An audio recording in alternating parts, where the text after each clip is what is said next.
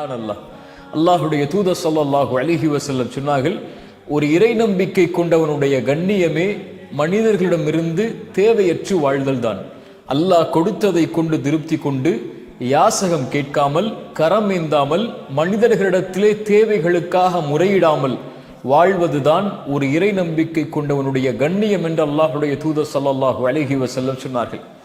இங்கே மனிதர்களை உதவிகளுக்காக நாடுதலையோ ஆதரவுக்காக, அந்த சோதனைகள் அவர்களை தூய்மைப்படுத்துவதற்காக, அவர்களை சுத்தப்படுத்துவதற்காக, அவர்களுடைய அந்தஸ்தை அல்லாஹ்விடத்திலே உயர்த்துவதற்காக, ஈமானில் அவர்களை உறுதிப்படுத்துவதற்காக, எல்லாவற்றையும் கொண்டும், உலகத்தை கொண்டும், மார்க்கத்தை கொண்டும், தீனை கொண்டும் அல்லாஹ் அந்த மரத்தில் இருந்து ஒரு இலை கீழே விழ முடியாது என் இறைவனுடைய நாட்டம் இல்லாமல், கல்வி இல்லாமல். இதை அறிந்த இறைவன் என் சோதனையை அறியாமல் இருப்பானா? என் நினைவை விட்டு நீங்கள் மறந்து வாழும் போது ஃபதஹ்னா அலைஹிம் அபுவாப குல்லி ஷை, வானத்தின் கதவுகள் எல்லாம் திறக்கப்படும், என்ன வேண்டுமோ கிடைக்கும். ஹத்தா இதா ஃபரிஹு மா ஊது, அல்லாஹ் கொடுத்ததை கொண்டு அவர்கள் நிம்மதியோடு வாழ்ந்து கொண்டிருக்கும் போது, அது சோதனை என்று அறியாத அந்த பாவிகளுக்கு சோதனைகளில் இருந்து நீங்கி ஒரு சமூகம் வாழ வேண்டும் என்றால் அவர்கள் யாராக இருப்பார்கள் தெரியுமா? நபிமார்கள், இறை தூதர்கள். ஆனால் அந்த இறை தூதர்கள் தான் இந்த பூமியிலேயே அதிகம் சோதிக்கப்பட்டவர்கள். சோதனை எனக்கும் உங்களுக்கும் மட்டும் இறைவனால் கொடுக்கப்படுவதல்ல, பாதுகாத்தான். இப்ராஹீமை உலகம் புறக்கணித்தது, அல்லாஹ் அவர்களோடு இருந்தான். மூசாவை உலகம் புறக்கணித்தது, அல்லாஹ் அவர்களோடு இருந்தான். நபி அல்லாஹ்வின் தூதரையும் உலகம் புறக்கணித்தது, பெரும்பான்மை புறக்கணித்தது, அல்லாஹ் அவர்களோடு இருந்தான். லா தஹ்சன் இன்னல்லாஹ மஅனா.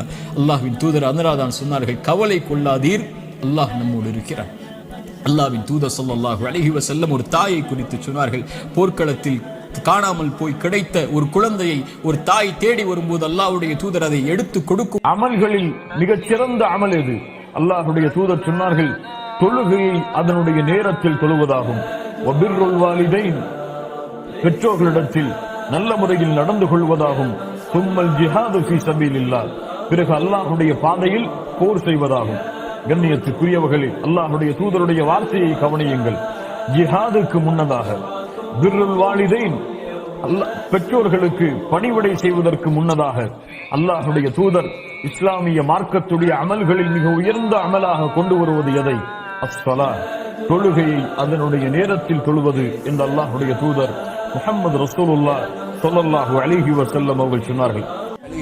மேலும் சொன்னார்கள், ஒரு அடியான் இரவு வணக்கத்தை தொடர்ச்சியாக செய்து வருகிறான். ஒரு நாள் அவன் அசதியில் திடீரென்று தூங்கி விடுகிறான்.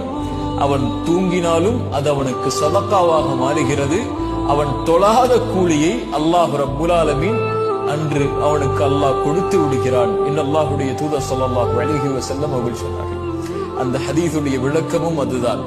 ஒரு செயலை நீங்கள் செய்தால் அதை தொடர்ச்சியாக செய்யுங்கள்.